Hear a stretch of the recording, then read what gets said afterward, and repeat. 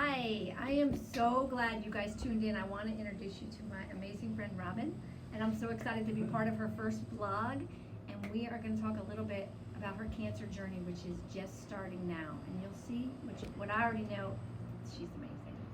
So, Robin, tell us a little bit about when you got diagnosed. I was diagnosed after a routine mammogram in March of this year. And how old are you? I'm 62. And did you get your mammograms every year? No. I missed a few, which is a mistake that I can't take back now. But I urge everybody to get their yearly mammograms. So what happened when you had an abnormal mammogram? Did they keep you and repeat, do ultrasounds that day? Did they call you? I was called back about 4 weeks later, and I wasn't surprised because I had dense breasts, and always had to have a sonogram done. So I thought I was just going in for my routine sonogram, which they did, and decided that I needed a biopsy.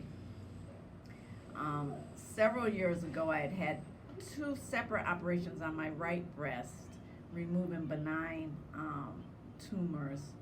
They were called phylloides tumors, which were not cancerous. And when I asked if what they saw could be scar tissue, they said yes. So again, I was not worried at all, and had a couple of biopsies.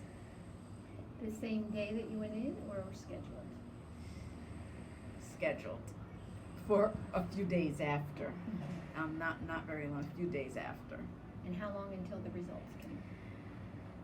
About 2 days later, I got a call from the doctor in the radiology department, and they just said, "We have unfortunate news. You have breast cancer." The next day, I was in to see a surgeon. Wow. Wow. When did the staging happen after lymph node removal? They staged it initially, but it changed. The first stage they gave me was 2A with a grade 2 tumor. And they were graded as 1, 2, and 3, 1 being a slow growing and 3 being aggressive. Since then, since my surgery, I've been upgraded to a 3B, grade 3. More aggressive. More aggressive. So then you were offered once you got staged, you were offered some treatment options. I was offered treatment options that very next day when I went in, but I've always known that if I ever had breast cancer, I wanted them gone. I didn't care what stage it was. I told them I wanted a bilateral mastectomy. I do not want to live my life worried about cancer coming into the other breast, or I just wanted them gone. In my right breast, the cancer they found was in my right breast, and it's called invasive lobular carcinoma. In my left breast, I had something called ADH, which is atypical ductal hyperplasia, which could be a precursor to cancer. So I opted to have a bilateral mastectomy. Were they supportive of that, or did they think that was going too far? They were supportive of it.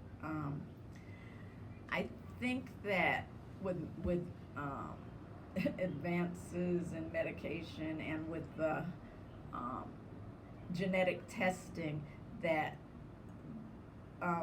doctors are used to people coming in and getting prophylactic mastectomies nowadays, so they were fine. They were fine with it. Yeah. So that's been done, right? That's Your been done. double On mastectomy. May 24th of this year, I had my bilateral mastectomy. My some of the tests, I've had PET scans and MRIs, and in that process, they found that I did have some cancer in my lymph nodes. They removed 18 lymph nodes from my right arm, and cancer's in 13 of them. My left arm, they did, well, the breast, they did something called a sentinel node biopsy, which they inject a dye before surgery into your nipple, and the dye goes to the very first nodes, so that if there is any cancer that has traveled, it would go to those first nodes first. They removed 3 nodes, and they did not have any cancer in them. So now what? Now I have to do chemotherapy, and I have to do radiation, and then I'll be on a pill for 5 years. The chemo that I'm going to do, and I will start that next Wednesday on the 31st of this month. I'll do 4 rounds of a medication called AC, adriamycin, and I never remember what the C is. And then I'll do 12 rounds of Taxol. I've had a port placed, I don't know if you can see, I've had a port placed where my chemo will be hooked up to the port, so they don't have to look for a vein each time. But the first doses will be every 2 weeks for 4 doses. And then after that? Then every week for 12 doses. I chose to do it every week for 12 doses as opposed to every other week for 4 doses, because I'm afraid of the neuropathy, which is numbness in your hands and feet, which can happen with the medication called Taxol. And the risks of that are greatly decreased if you do it over a longer period, a less amount of medication once a week. So I chose to do that. After that, I will heal, and I will then do radiation, which I believe will be for a month, 5 days a week, Monday through Friday, for a month. And then after that, I'll do my reconstruction. I have what they call expanders in my breast right now because I do want the reconstruction done. Was that a hard decision to reconstruct? No. You knew right away you wanted it? Yeah, I want my breasts. So. And then what about nipples? What are you doing about nipples? I did not have nipple sparing surgery. They took them off, which was good because they found the cancer was in my right nipple. I plan to have 3D nipple tattooing done on one breast, I believe, and I'm going to have some flowers put on the other breast. Is it hard to decide how big your breasts are going to be? I didn't order what you want? I didn't have a choice. I had big breasts to begin with. I was a triple D, 34 triple D. They're going to use, I'm going to get a tummy tuck, and they'll use my fat, and I don't have as much fat as is needed for the same size breast. They said I'll probably be a B cup. I'm fine with that.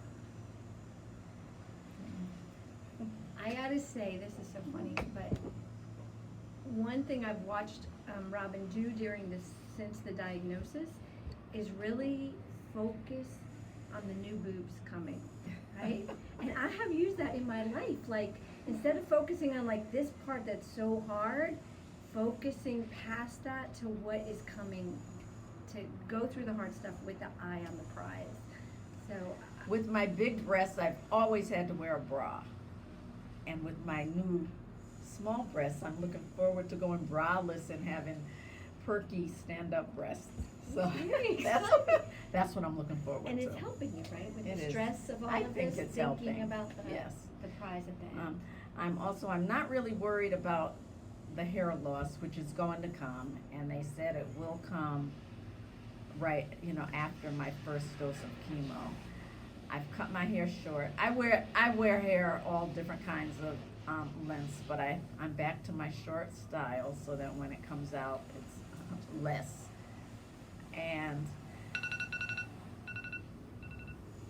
I'm looking forward to doing different things with my bald head. I think I'm going to get a henna crown, which you all will see. We'll see what it looks like when I get it. I was offered a study for scalp cooling, which is supposed to help you lose less of your hair. But in reading about it and doing my research, I've decided against that because I get cold too quickly, and you have to, it's a long process, and you have to wear this cap for your pre-treatment and during your infusion and for 90 minutes after, and you have to wear layers of clothes and a scarf, and the stuff freezes to your head, and a successful study is if you lose 50% or less of your hair. And if I lose 50% of my hair, I don't think that's successful, so I will just I opted not to do that. Now, tell me about this vlog. Like, you have gotten some benefits from watching other people's vlogs. You've gotten some ideas and some. I've seen a few vlogs that one person has done, and it's been very helpful. I've had lots of questions that haven't been answered. I've had to just experience them, and I'm hoping that by doing this I could answer some questions that people, whether you're a patient or a family member, questions that you may have before you have to experience them, because that's been one of the most difficult parts of this journey so far, is what I should expect and not knowing at all. I know that everybody's journey is different, but I think that just hearing what one person's is can at least ease your mind or prepare you for it or just help in some way. So we don't want this to run on and on, but you are past the initial phase of the mastectomy surgery. I right? am. Do you want to offer your words of wisdom, your pearls from that experience? Is there? The thing that surprised me most about the surgery was they send you home so quickly. I went home the very next day, but in my support group I've had people who've gone home the same day that they have their surgery. They give you a block that really helps with the pain, so you don't feel that much pain. The worst part of this is the numbness. Everything is numb. I feel really tight around my chest. Under my arm is completely numb all the way back to my back. But it doesn't hurt. It's just when I get in the shower, I can't even tell that I have my clothes off with the water hitting me. And when I put deodorant on or whatever, I have to look in the mirror for me to really tell what I'm doing.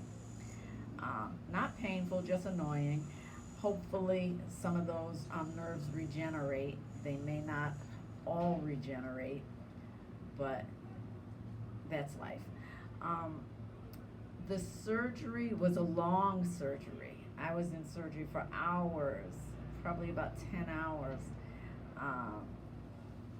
When I came to, I was not in pain. I got up, I was walking and going to the bathroom. Of course, my urine was it was a beautiful color. It was a beautiful turquoise color for a while, but that was from the drugs they gave me, from the sentinel node biopsy, the dye. They did warn me about that. I had drains in. My drains were in for about 2 weeks, and they were annoying. You had to empty them. They weren't painful. I had seen on a lot of YouTube videos that you needed to buy a special shirt with pockets in it.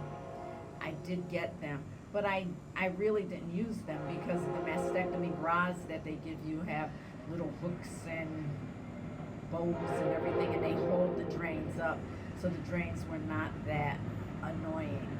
They weren't painful. Just a lot of work emptying them and measuring them, because they don't remove them until you're putting out 30 milliliters or less a day, and that takes a while. I did not experience them removing them. I hear some people say it's really painful, other people say it's not. I had to have a second surgery where I had a couple areas on my breast that they didn't like. They wanted to cut them out, so they removed the drains while I was during the surgery. So I don't have any experience yet on how that feels. I guess after my reconstruction, I'll be able to tell you more about the feeling of them being removed. Tell me about that pillow we use. Oh, I should have it here. I did get what they call a mastectomy pillow. Where'd you get it? My daughter got it online. I don't remember where. I know they sell them on Etsy, but there was a special website where they have them. They have all different patterns, but it really worked nicely when I'm driving, or with the seatbelt across me. When I'm sleeping, I like to hold on to it. Sleeping is pretty annoying. You can't lay on your stomach if you're a stomach sleeper. That's out, at least with these expanders in. I can kind of lay on my side now, but that took weeks. I'm about 8 weeks out from my mastectomy now. I'm just starting to be able to lay on my side comfortably for a while. I can't do it a lot, but a lot of people have said they needed recliner chairs to sleep. I didn't have a recliner chair. I used one of those husband pillows and propped another pillow up, and I did fine holding on to my mastectomy pillow. And during the next vlog, I will have it, and I will tell you where I got it. It cost about $35. Anything else? I think that's it. Just last No. question. How's your energy like from the beginning until now? And what were you expecting it to be like? I do get tired quicker than I did before. I'm not working right now. I don't think I could work a 12-hour shift like I used to do. I get tired, but when I lay down and rest, I'm fine. Otherwise, I feel my normal self. I feel normal, except for the numbness and the tightness that I feel constantly, but I'm fine. And is there any tricks for keeping your attitude positive and your optimism happening? I have a lot of families and friends that support me. If you have family and friends, and when you go to appointments, which I have a million appointments. That's my job, is going to doctor's appointments. You have a medical oncologist, a surgical oncologist, a radiation oncologist, a plastic surgeon. You'll have a nutritionist. You have so many people that you see. You need somebody with you at every visit because you're bombarded with information. You cannot remember that information by yourself. Somebody needs to be with you, taking notes for you, helping you ask questions, and reminding you of your appointments and of what you're supposed to be doing. I think that's it for now. Okay, those are some good take homes. Get support, bring them with you, and try not to work, right? Try not to work. If you don't have to work, don't work. There you go. All right, I'm excited to see these future vlogs. Yeah. Thanks for I'm talking. Yes. excited to do them. This is awesome. Okay. All right, you guys Okay. probably know how to Thank find you. Robin's Okay. future vlogs. Thank you. Bye.